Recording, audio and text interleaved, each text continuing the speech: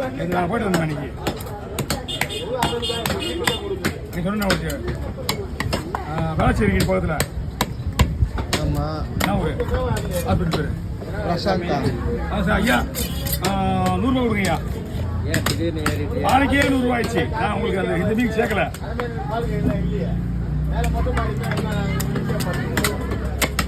இதெல்லாம் பங்கு போடுறதா இல்லை ஒரே எடுத்துக்கு போதா? பங்கு போடுது. அதான் பங்கு போடுறது எடுத்து சொன்னாரு. பங்கு போடுறது விட்டுருக்கா.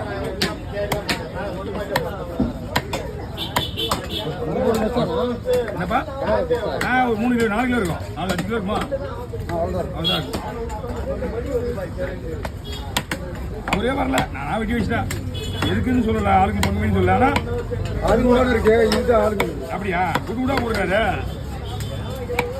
அது மீன் அப்படியே பிரியுது. அப்படியே மீன் நல்லா இருக்குது. மீன் அப்படியே பிரிஞ்சு வருது.